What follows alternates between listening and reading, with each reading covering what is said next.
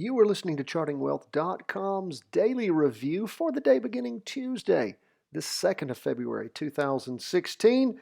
We continued to monitor the markets. Markets opened up strongly and moved up throughout the course of the day. We can see on the 2-day chart we are getting closer to a crossover going up. It has not occurred yet. Might occur tomorrow, might not. We'll follow and see just what happens. If we look at our 4-hour chart, we can see how the market for the last 2 days has moved up strongly. And when I say the market, we always open with IYY, which is a representation. It's an ETF that represents the entire market. It's a total market index fund by iShares. So what we see is strong up moves over the last 2 days. That's Friday and Monday.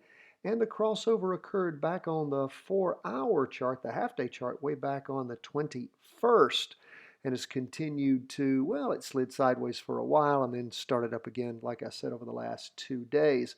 Still don't have a crossover yet going up, but it's getting very close to it, appears to be on IYY.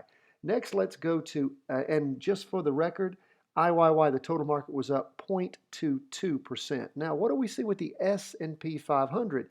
Technically, it was up 0.04%, so 0.04%. It is getting close to crossing over, has not quite yet done that. If we go back to our 4-hour chart, look a little more in depth, we can see it was a bit of a down morning and a bit of an up afternoon. Overall, and again, we use the Hinki Ashi chart. We find that to be a lot more helpful as far as reading candlesticks goes. It can get confusing on days where the market's actually down, but these charts are up because they're put together differently. You want to find out more about those. Again, it's Heikin, Heiken - Ashi, A-S-H-I. It's a certain type of Japanese candlestick. It is put together and formatted differently than the high, low, open, close. It uses a different formula, but I like it because I think it gives you a much better feel for the impact of moving prices with market opening, closing, and highs and lows than just giving you just that figure. That's one thing I love about the Heikin Ashi type of candlestick patterns. Now, what do we see going on here? Again, what was similar to what we saw in the total market. We have the last 2 days of up moves. And again, crossover on the short chart back on the 21st. And again, if we see the big chart crossover in the morning going up, then we'll have a confirmed up move. But we don't have that yet. And we do have a crossover on the MACD. Well, I'm sorry, not on the MACD, on the derivative oscillator. We'll see if the MACD will follow suit soon. Has not yet. It may tomorrow. Well, may. You're hearing this. We record this, of course, the day before. So this is Monday night, and it may very well on Tuesday. Watch for that. Okay, next, let's go to the Qs. We're still on the 2-day chart. The Qs is technically up 0.27% for the day. Not yet crossed over, although it does appear to be getting close. We don't have a crossover yet on the derivative oscillator. If we range out to our half-day or 4-hour chart, what do we see? 4 up candles. Crossover again back on the 21st, and we're above the 2-day trend line. We'll just continue to watch and see if this move is sustained or if we get some rollback, and we'll just keep watching. Don't have a crossover yet on the big chart. Of course, we have a long-standing crossover since the 21st on the short chart. Lastly, let's see what gold is up to, and this is interesting. Gold is usually the inverse of what's going on in the market. Gold actually was up, well, let me go to gold, sorry. There we go. Gold was up 1.03% for the day.